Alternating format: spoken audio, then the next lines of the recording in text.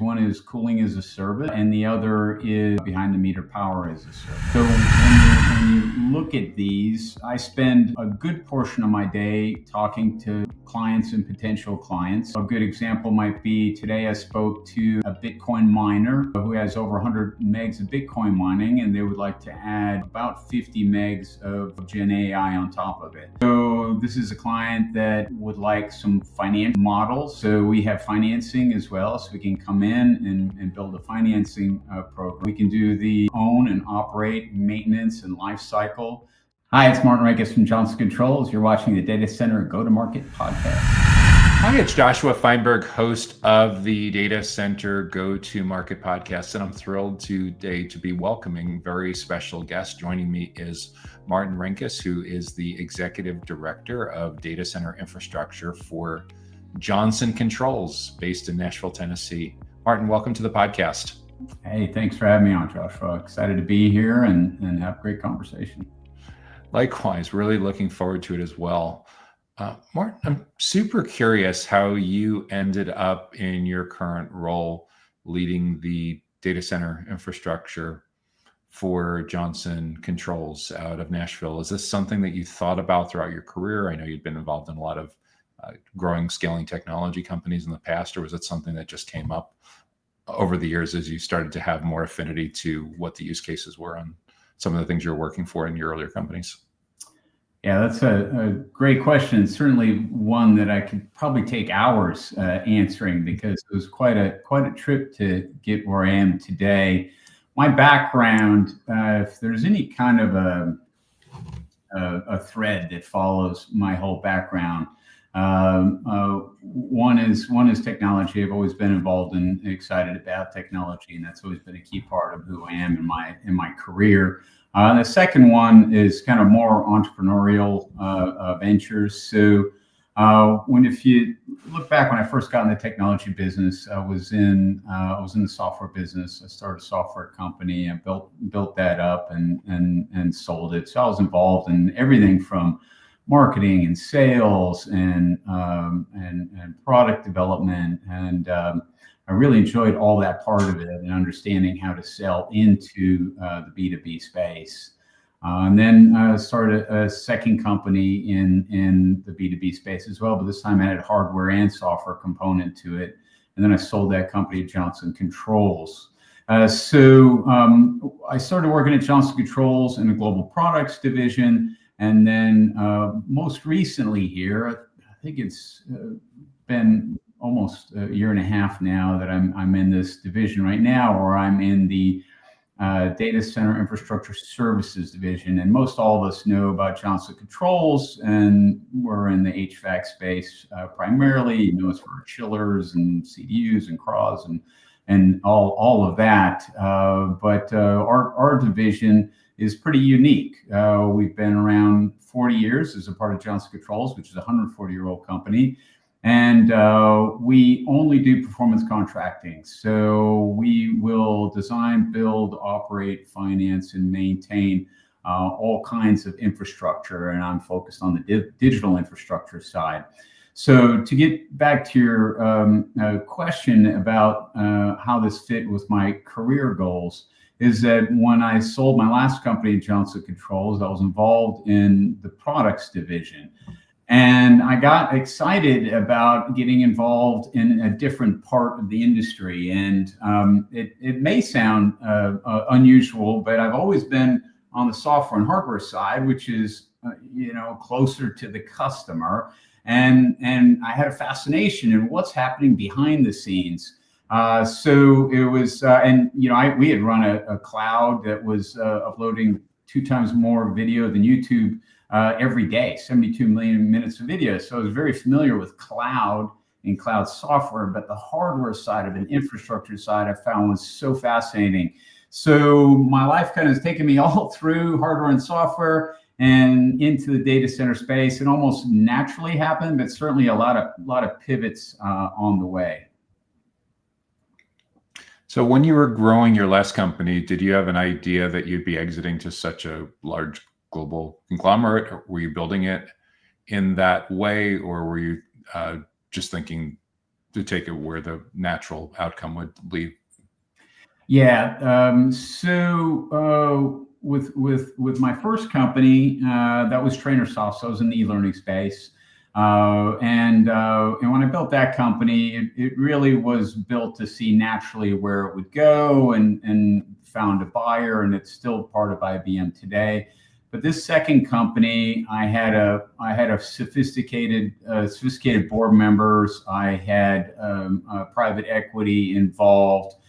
So a strategy on an exit was certainly going to lead more towards acquisition by a large publicly held company, or possibly an IPO or something like that. So that was kind of the plan all along, based on, as you can imagine, the expectations. Once you start investing quite a bit of money in an organization, your expectations are going to be quite a bit different on what that exit looks like. And the exit that Johnson Controls is really fascinating. Such a company with such a broad range of solutions. And what we've done most recently at Johnson Controls is focused more and more on just the larger buildings and enterprise solutions. Data centers, a huge part of our business.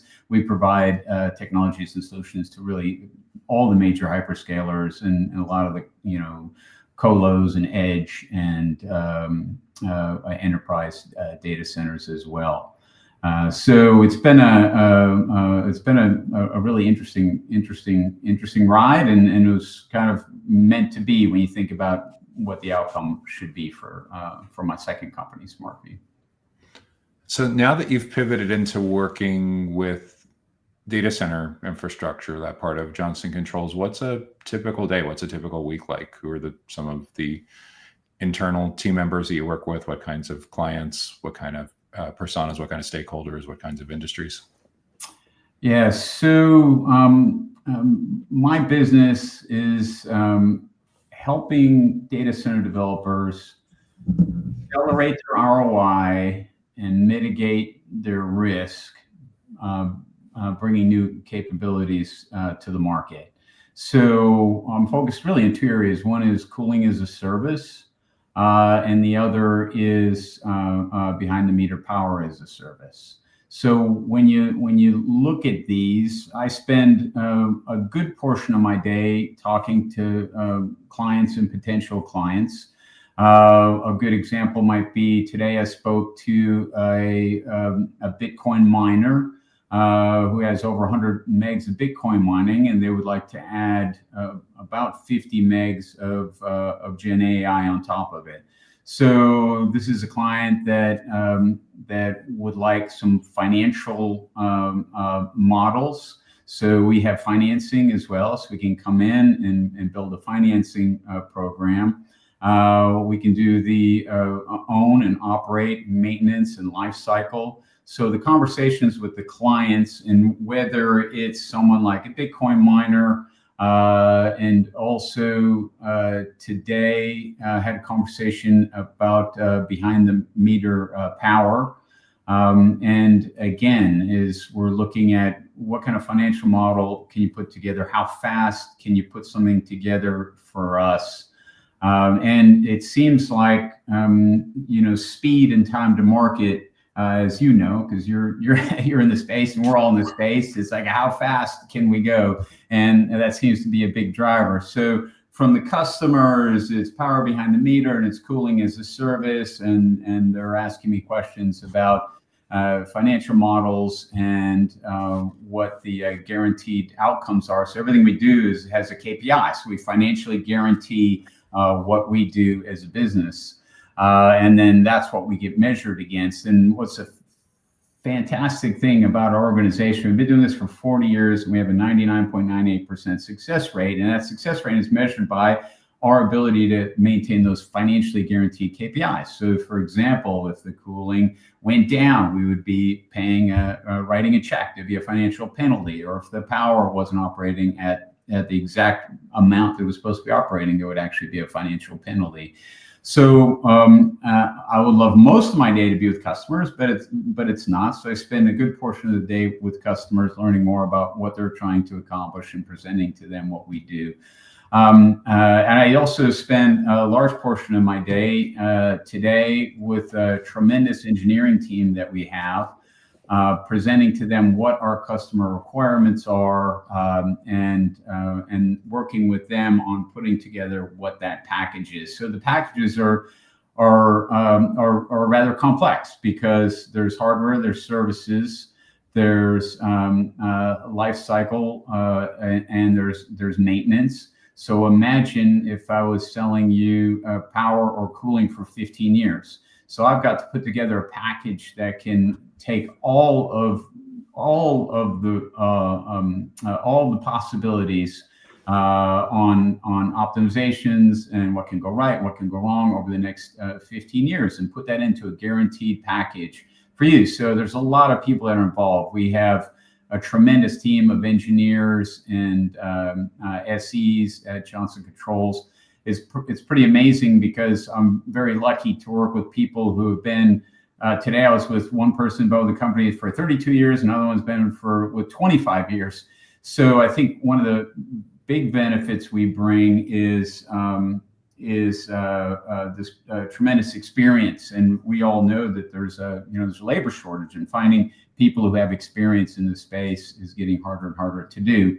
But back to what my day is like, so I spend quite a bit of day with my team that's helping put these packages together, and then also I spend a portion of my day with our partners.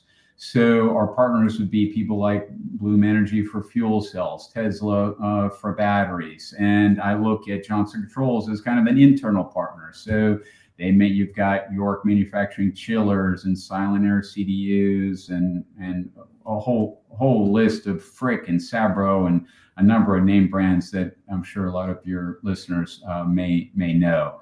So that's my day. I feel very lucky. I've always been, as I mentioned before, Joshua, I'm very much an entrepreneurial person. So I'm very comfortable with a bit of chaos. And if you can imagine, there's so many moving parts, and and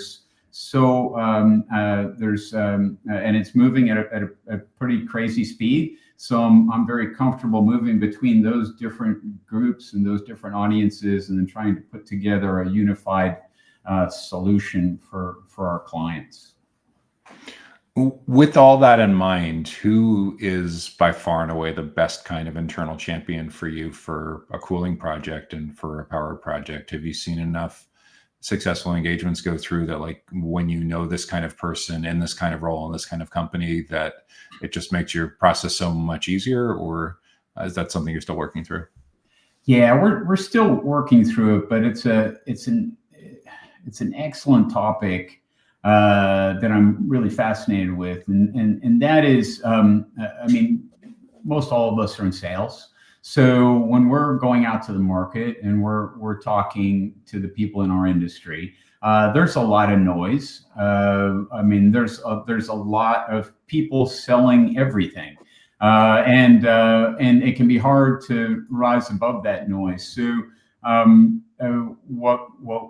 what I've tried to do is focus on where is the biggest value, and this sounds kind of obvious, but people don't buy on price; they buy on value, and that's something I learned a while ago, but it's something that's really so critical. And if you jump ahead to price, or if you jump ahead too fast into the sales cycle, you won't really understand what the true value is you're bringing to your clients. So to kind of bring this around to what your question is like, who is that ideal buyer?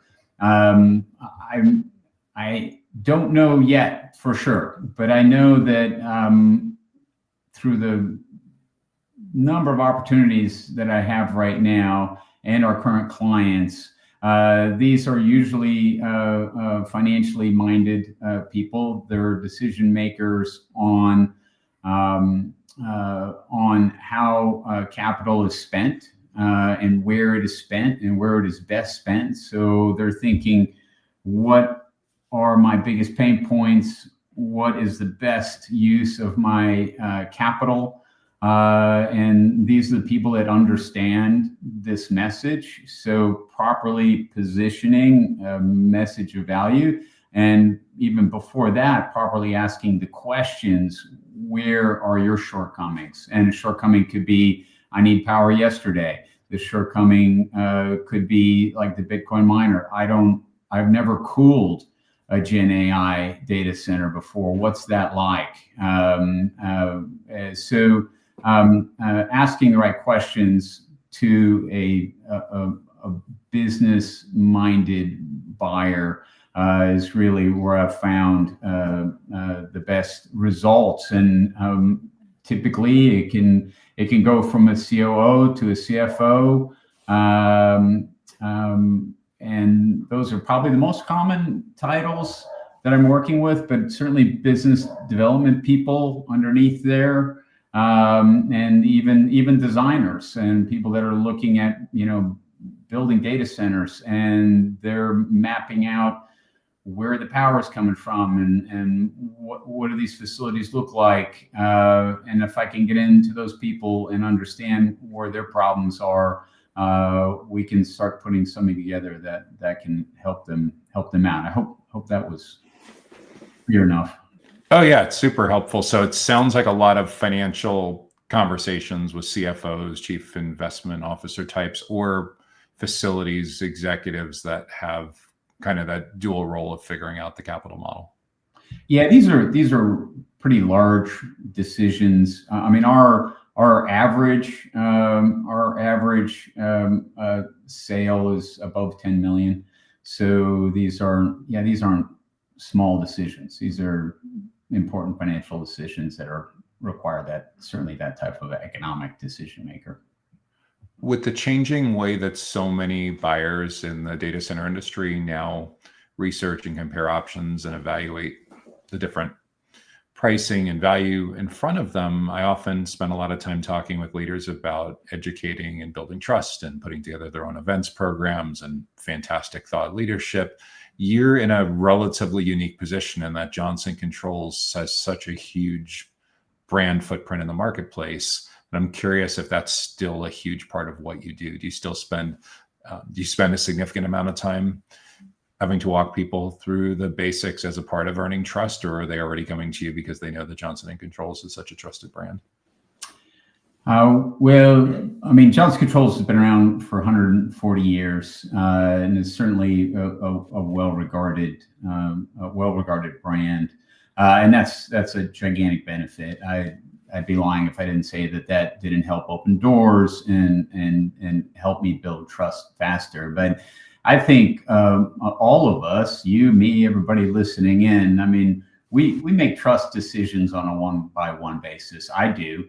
And if I go out to, say I'm going to buy a new car, and maybe I'll go to a really nice dealership with some fancy cars, or I'll go to another dealership. I'm building trust with an individual first and foremost. So I would say, Joshua, that I'm still working on building those relationships every single day, and every interaction I have is what additional value am I bringing to the table? And sure, I'm with Johnson Controls, that's great, but my experience has been, if I'm not continuously bringing value, I'm losing the opportunity. It just happens that way. So I think it's all of our jobs in sales and business development is to continually bringing value. And I did this when I ran my own tiny companies that nobody on this podcast would ever remember the names of. But I remember building relationships with large clients that became customers of mine, people like Time Warner Cable and Charter and Cox and Ryobi and Best Buy. These were large accounts that I earned those by building the trust step at a time. And for me, that trust started with even small things. And I do this today. We're all in this business, and I know everybody who's listening to your show is interested in learning and wants to expand what they know about this industry and how they can bring more value. So I'm doing the same thing. I listen to podcasts, I read a lot, and I'll take snippets of things, maybe a part of a podcast, or I'll take a PDF file that I receive from somebody about some trends in the industry, and I'll share those with the appropriate people. I don't just send junk to people, but if it was like, oh, Joshua, you and I were talking last week about liquid cooling, and the difference between two-phase and single phase, and which is the future, and I found this great article about two-phase cooling, and I'll send it to you. And so it's a well thought value creation. So I'm always trying to bring value to people as part of this, building trust. And they can be small things like that. I try to maintain, communications in person as much as I can, which is so hard nowadays. And it is so easy to hop on a Teams meeting or something. But if I go to a trade show, like there's like 10 million trade shows in DC area when it comes to data centers. But if I'm in town there, it's like, oh, I have 3 clients and I have 4 prospects, and they're all within driving distance. And I'll say, let me buy a cup of coffee, let me buy you lunch, let's have dinner. And the face-to-face builds that relationship. And I know everybody out there knows that, but as an old guy with gray hair, I will say that I can't emphasize how important that is to building a personal relationship, which builds trust, which then can build. But we ultimately have to come up with a differentiator. We can sell on trust, but there's got to be a differentiator there, and that's our job, is to understand, how are we different, and how am I solving your biggest pain point? What is that pain point, and what is the thing that has to be solved today? Whether it's revenue, increase revenue, reduce your costs, reduce your risks. What are the biggest pain points? And then once you have trust, then people can share with you what's on their mind and the problems they're trying to solve. And then that's where you can come together with something that can turn into an opportunity. That's me talking a lot. So. I always ask guests on this podcast for career-related advice to people that are brand new to the industry, usually in the context of someone that's in high school or college, or maybe even younger. I see increasingly kids that are in middle school being asked to choose career academy electives. Mm-hmm. And you bring a very interesting perspective in that most of your career was leading technology companies that are a little bit adjacent to the data center technology side and the data center facilities side, where you're working primarily now. So I'm curious, with this perspective, a year or so into moving full-time into the data center ecosystem, what would you talk with someone? I know you mentioned that you do some mentoring from time to time. What would you talk about someone that's a niece, nephew, son or daughter of a neighbor or coworker, or someone that was curious about what client-facing opportunities might look like in the data center ecosystem, especially if they didn't indicate that they were interested in being super technical? Maybe they were thinking of a degree in business or something where soft skills were at a premium, and weren't looking to pursue like a degree in IT or engineering. Mm. Well, I had plenty of mentors when I was starting my businesses, and forever grateful for that. And I've always want to give back. I'm a master mentor of entrepreneurship at Vanderbilt, and these kinds of questions come up a lot. And when it comes in particular to the data center industry, it's interesting. I've been lucky because I've been on this planet for a long time to experience some of the major technological advancements that we've had. So I've run businesses through the .com days, and I started a business and ran it through that, and then mobile computing and cloud computing, and the rise and domination of enterprise software and B2B software. And one thing I remember back in the day, in those early days of software, is that people were pretty open. So I felt like I could contact other startups. I could contact other companies, and they would share. And I think as long as I was genuine and open and asking for assistance or advice, that people would take my phone calls. It was kind of shocking, but at the same time, it made sense. I think that the software world now is so dense, I think that exists to some extent in the software world still, in the hardware world still, but maybe not as much as it does. And then I'm seeing in the data center world today. When I go to a show, I notice it feels like the old software days, like the pre-cloud days. I notice people they're sharing ideas, they're sharing information, they want to help, and I return the same type of attitudes. Like, what can I do to help you with what you're trying to accomplish? And it may not specifically have to do with my exact business I have. So it's kind of a roundabout way, Joshua, for me to come back to say that my advice is to reach out to those people on LinkedIn and ask for a moment of their time. I think you would be surprised if you're clear about what you're looking for. It doesn't mean you have to know exactly what you need to do with your life, but if you're clear about your request, can I have 10 minutes of your time, 15 minutes of your time?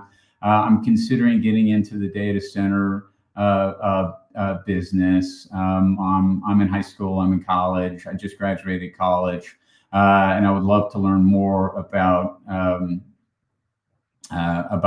this industry and how you got into it, and where maybe I could get into it. I think as long as it comes across genuine, I think the people would find that the response would be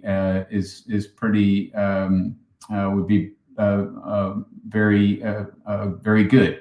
And I've also seen, and Joshua, you probably even know more than I do, is that there's quite a bit of organizations now that are supporting education for the data center industry. We have a shortage of labor, we have a shortage of talented people, and it doesn't necessarily just have to be IT. I mean, let's say you're in the marketing space, or let's say you're in business development. Let's say you're in other soft skill space. We need a lot more talent in this space because it's going to continue to grow at a tremendous clip. All are welcome, and if I can help, I'd be happy to. Yeah, that's super fascinating to be more proactive in reaching out and asking for insights on what they would do if they were in your situation. The Data Center Go-to-Market podcast is sponsored by DCSMI, elevating the role of sales, marketing, and go-to-market GTM professionals in the growth of the data center industry. To stay informed about upcoming episodes, make sure that you subscribe to the Data Center Sales and Marketing newsletter on the DCSMI website that can be found at www.dcsmi.com. Again, that URL is www.dcsmi.com.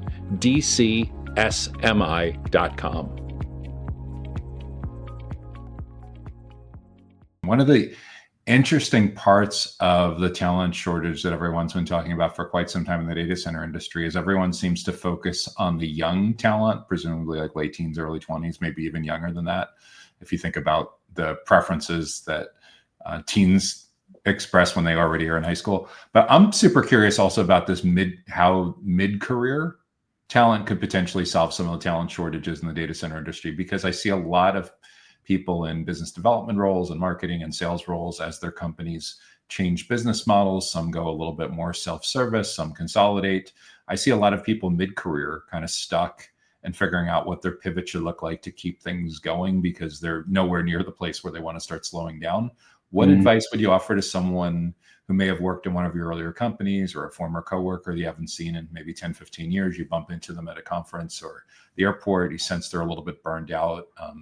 Used to be pretty close with them, and you're trying to help them think through how to get back on track and explore some of these newer opportunities where they may be competing head to head with people that are 15, 20 years younger than them.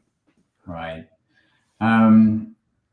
That's a great question. I think what I've found, because I was in a similar boat.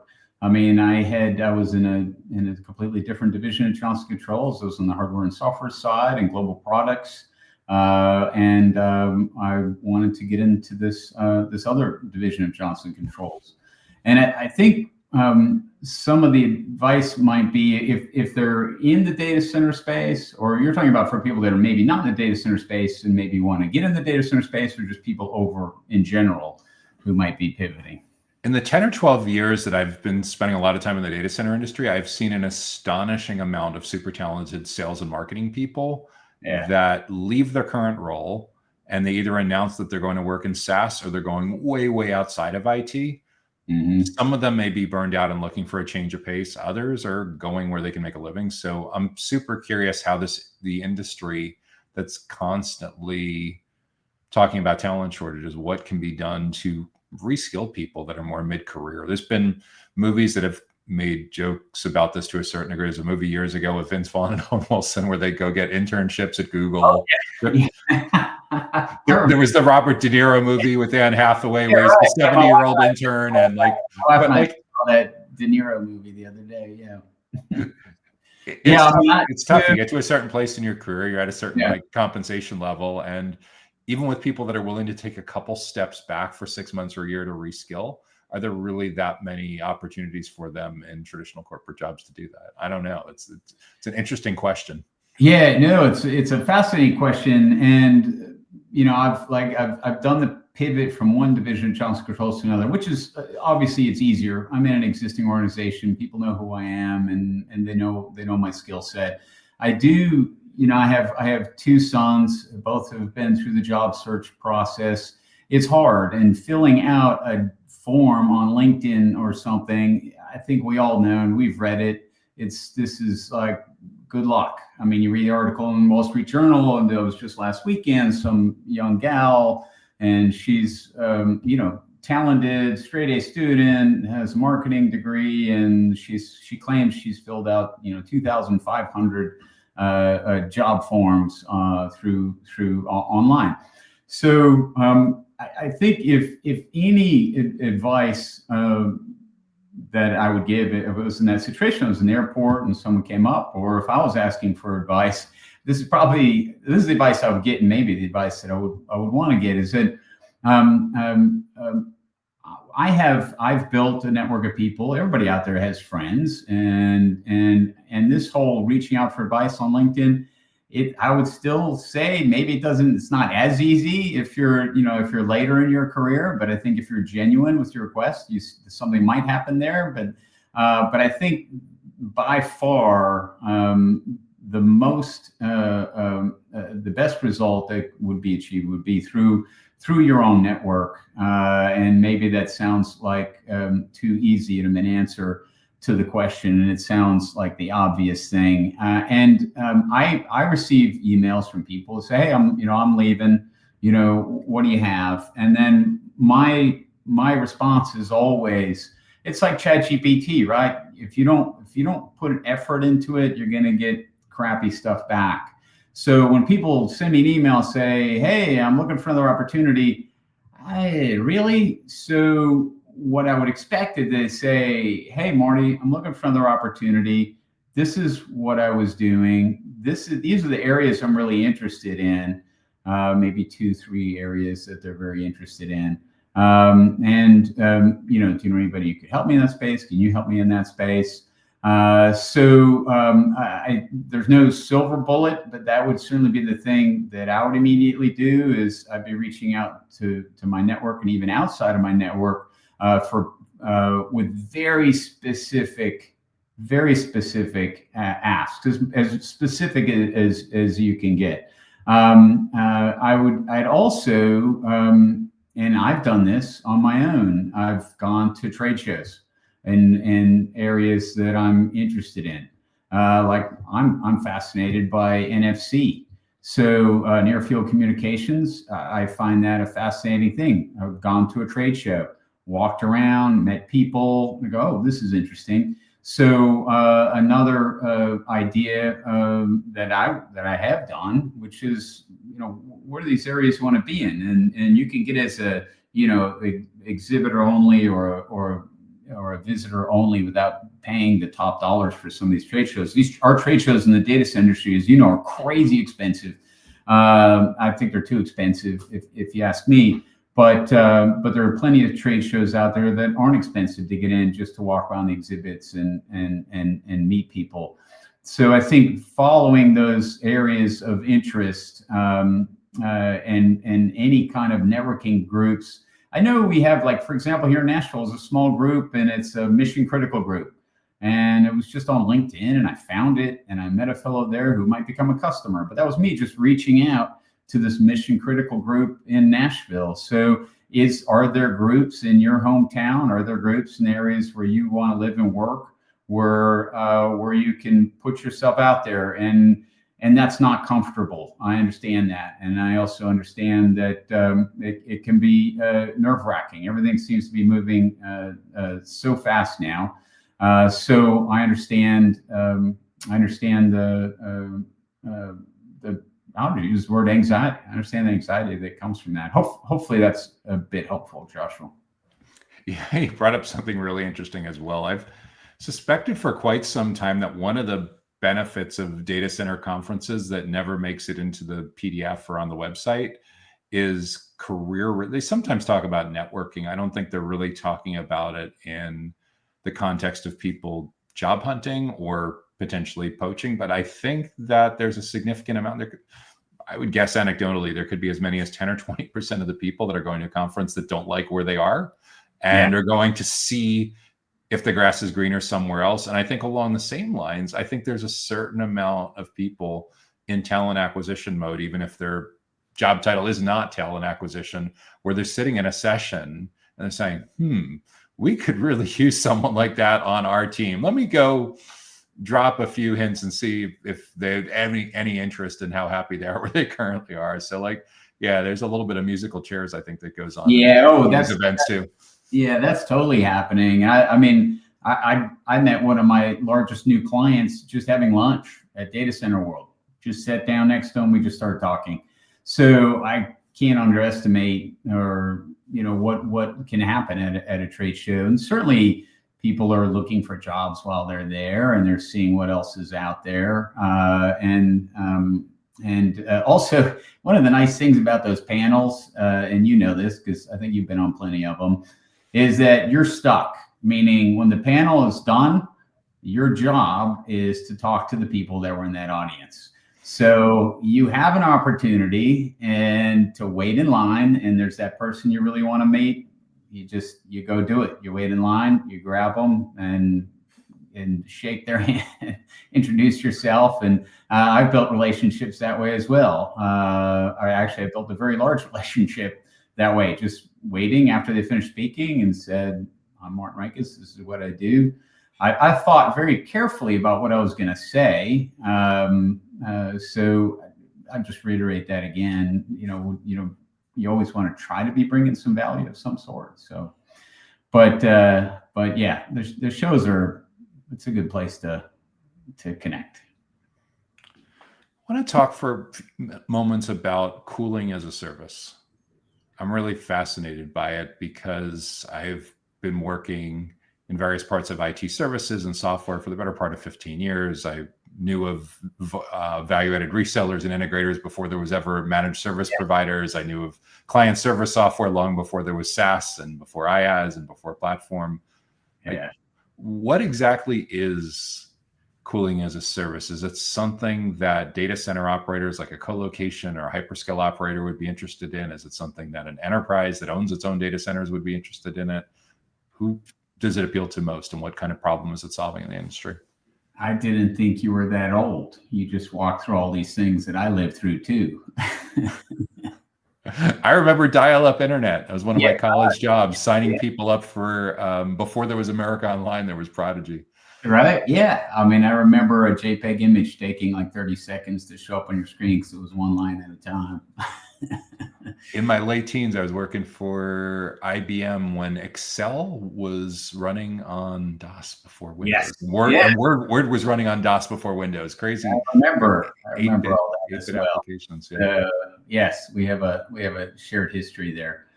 As you've experienced in your past, you go through these different stages of technology, and as we've looked at what we've done at Johnson Controls, and for 40 years we've done infrastructure as a service.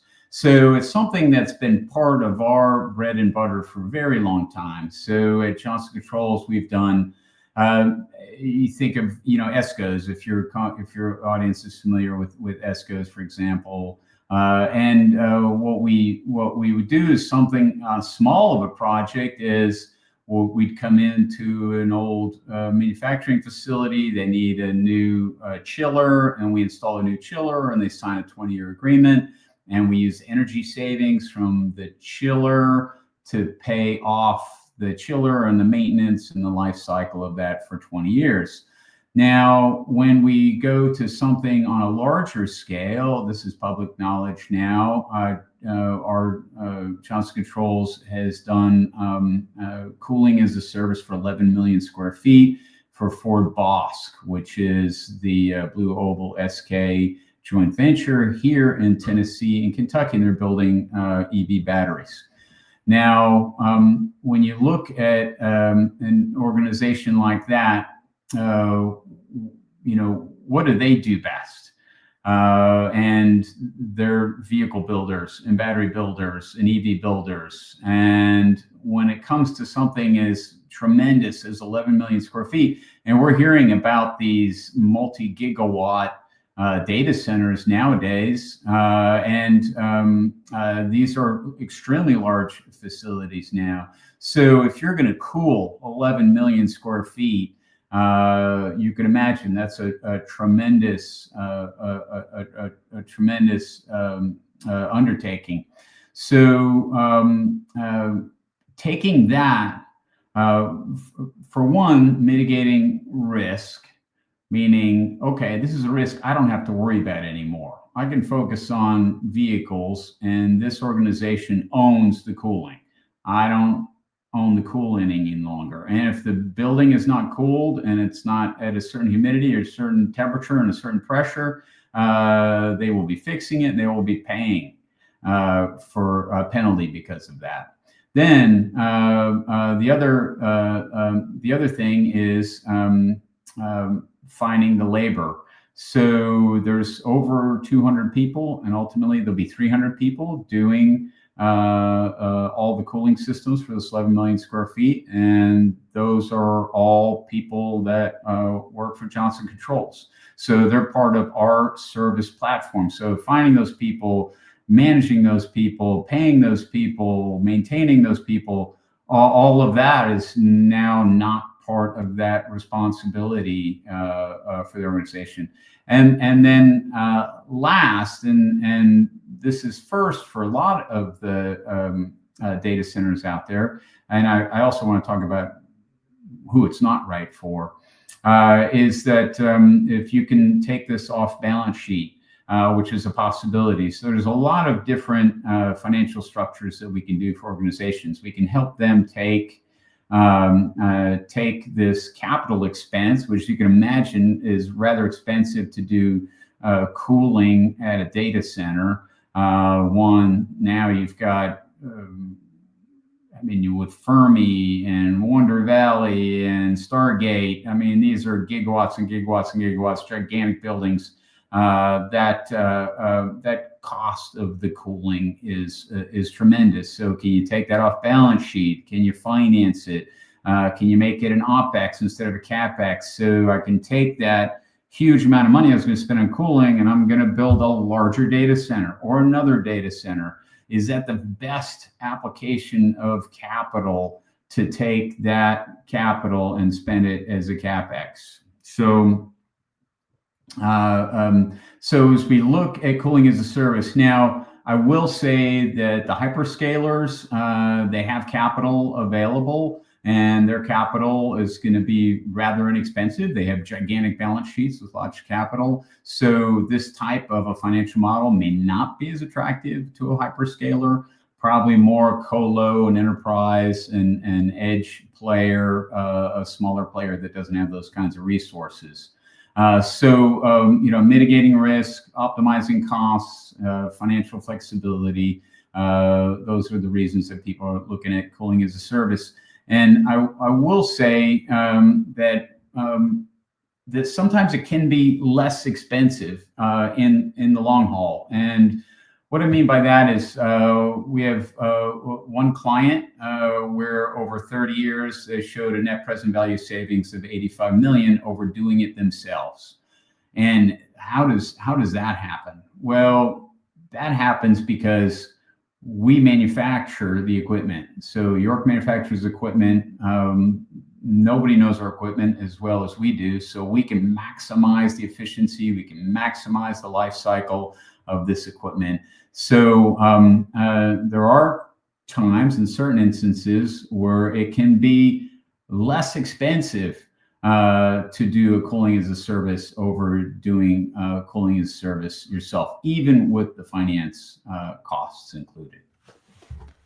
You mentioned the idea with the EV factory that's 12 million square feet. So it sounds like in your ideal client profile, there really is no upper limit as what's too big. But you also mentioned earlier that your minimum or average projects are around 10 million. What's too small on a co-location operator side? How I first got in this space in the 2010s was doing like fractional CMO work for small co-location operators with a few locations. Most have exited at this point to larger co-location operators, but there's still a couple thousand of these almost like mom and pop kind of co-location operators. Like, is what Johnson Controls just too much of an overkill for what they need with cooling? We might be. You certainly see cost efficiencies and financial efficiencies at scale. So we might be, but we've also done plenty of smaller projects. I mean, we've done, local school district. You may have a local school that needed a new chiller, and we've done plenty of those. We've done, municipalities, small cities, large cities, hospitals, universities. So that's a possibility. The 20-year term too caught my attention as well, because it seems like every time Jensen Huang gets up on stage and talk about Nvidia's roadmap, he's basically going to make your cabinets and your racks obsolete every right? 12 to 24 months, right? Yeah, well, that's kind of crazy. So trying to design these cooling systems as in as a modular way as possible is a huge part of what we do at Johnson Controls to try to mitigate that risk, because that's something that we're living with every day, is how fast that industry is moving. And this whole idea of even a year ago, someone's like, oh, what, a megawatt rack? And you're like, no, we're going to have a megawatt rack. Like, a megawatt rack? I mean, it's like beyond comprehension. And, a year from now, they'll be like, oh yeah, we got lots of megawatt racks. Everything's liquid cooled. And like, okay, so it's going to move at that kind of pace. And the way we design these systems are to try to predict as best we can what that future would be. We're not perfect. We try to plan ahead for a certain amount of possible growth and what can be carried in the rack. But you're right about that. Things are moving really fast, and it's not going to slow down. When it comes to the future, also, I always ask guests on this podcast how they envision that their daily or weekly or monthly routines may change in the next 2, 3, 4 years when they look into your crystal ball. So from your standpoint of leading Johnson Controls data center infrastructure, what do you think is going to change in the coming years? What do you think will stay the same? Yeah. I think when I think about what's going to stay the same, I'm sure you probably agree with this, will be relationships. I think everything's still, not everything, most everything's still going to come down to relationships. So building, maintaining relationships with people will always be a key part of how we do business and how we get things done as human beings. There's that one Simpsons episode where the newscaster says, "I for one welcome my new robotic overlords." And I'm kind of excited about agentic AI. That's what I see coming from me personally. I mean, I use AI for probably the same way everybody's using it. I use it for research and proposals and all kinds of, letter writing and reviewing complicated documents and summarization and probably everything that everyone out there uses it for. I mean, today, one of my favorite tools is Notebook LLM. I use Notebook LLM. I love podcasts, and someone sends me a couple large PDFs of this research that was done on the data center industry or cooling or something. I'll throw it into LLM and say, give me a 15-minute podcast. And there's something that would take me, 8 hours to read, and I get to listen to something, and I enjoy it. I enjoy learning that way. But when it comes to, so that's me today. But when it comes to the future, I'm very much looking forward to some type of agentic AI handling things that I just don't want to do anymore, or do things that it can do better than I can do. Given my knowledge and given the certain guardrails that I give it. So making my life faster, easier, more efficient, I see that coming. I certainly, probably like you, we read a lot about, what are those guardrails and, how do we make sure that we stay safe? And that's, of course, a concern. But overall, I'm a techno optimist. I pretty much do the same thing. I'll be passively listening to a YouTube video while I'm going for a walk, where I'm basically using it like the audio version of it. I'm listening in my ear. So right. I'll come back and I'll take that 55-minute or hour and a half podcast and I'll say, summarize the key takeaways and contextualize it for what you know about me. Nice. Yeah. And yeah, works. Okay. Yeah, very good. The question is, like, what's the future of long form content when YouTube Shorts and what they call it, the TikTokification of the world, where everyone wants to watch the clips out of the podcast and watch the 37-second segments out of the podcast, and are we completely fracturing people's attention? But do we still want to watch movies? I still want to watch a nice long movie. I love it. I enjoy it. I don't think that would go away, but yeah, certainly getting information. I like as much information as I can possibly ram into my head in a reasonable way is good for me. But maybe it's too fragmented. Hard to think of it, but there is probably a time within 10 years where doing a traditional Google search is going to be like looking for a phone book or a card catalog at the library or microfiche or... I remember, payphones, and certainly you're on the street in New York City because I got to call somebody for a meeting, and you're like, okay, get your quarters out, dial their number with the rotary pagers, set up your meeting. Like, okay. I remember having a calling card that could consolidate all the business calls in one place for consolidated like expense reports before. It was probably even before dollar a phone minutes. And then for dollar a phone minutes, you used it sparingly, but used it a little bit more, and that with the pager. And and then we got to the point where it got to basically unlimited and nobody ever stops talking anymore. Yeah. And there went highway safety. You were high tech. I don't know if people are talking that much. I think the younger generation is texting, I believe. Yeah. But I'm still a talker. Definitely a period of change. Martin, this has been fascinating. I've really enjoyed learning more about your career, your earlier technology startups, and how you had the foresight to exit to such huge respected brands and the level of sophistication that required with planning all of that. The mentorship advice sounds spot on, using the conference ecosystem as part of the research, using LinkedIn as part of the research. Love this idea too of the cooling as a service, the idea of the CapEx going to the OpEx, and it gets you a foot in the door with the financial stakeholders, gets them to plan. And I didn't even think about the outsourced part of all the labor that goes along with it and how much headaches that takes away from them as well. And really, really interesting value proposition for mission critical, especially where they have so many balls in the air at once, that if they can not have to worry about cooling, Take that one helps ball. them focus more on their core business. Worry about, yeah. If someone wants to follow what you're working on or reach out to you or learn more about what you're working on at Johnson Controls, is LinkedIn the best place to go? Yeah, LinkedIn is the best. It's Martin Renkis. I'm on LinkedIn. You can find me there. I'd be happy to help out any of your viewers. And Joshua, I think what you're doing is really, really important out there. I mean, we know we have this tremendous opportunity, and like you, I've lived through so many advancements in our technology history, and I've never seen anything like this. It's really tremendous. So I know it's hard for a lot of people out there, but I also see that this is going to continue growing at a tremendous rate, and I think there's lots of opportunity.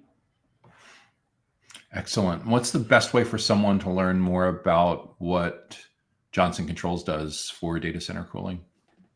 Yeah, you could go to jci.com, or you could search for JCI Sustainable Infrastructure in your Google search, if you're still using Google search, or ChatGPT, whatever takes you there. But thanks again for the opportunity. I appreciate everything you're doing to help the industry. You're very welcome, and I really appreciate you taking the time to join me. I've been speaking today with Martin Renkis, who is the Executive Director of Data Center Infrastructure for Johnson Controls, based in Nashville, Tennessee. Thanks, Martin. Thank you.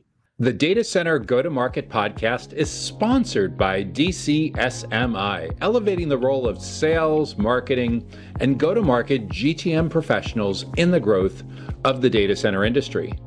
To stay informed about upcoming episodes, make sure that you subscribe to the Data Center Sales and Marketing newsletter on the DCSMI website that can be found at www.dcsmi.com. Again, that URL is www.dcsmi.com.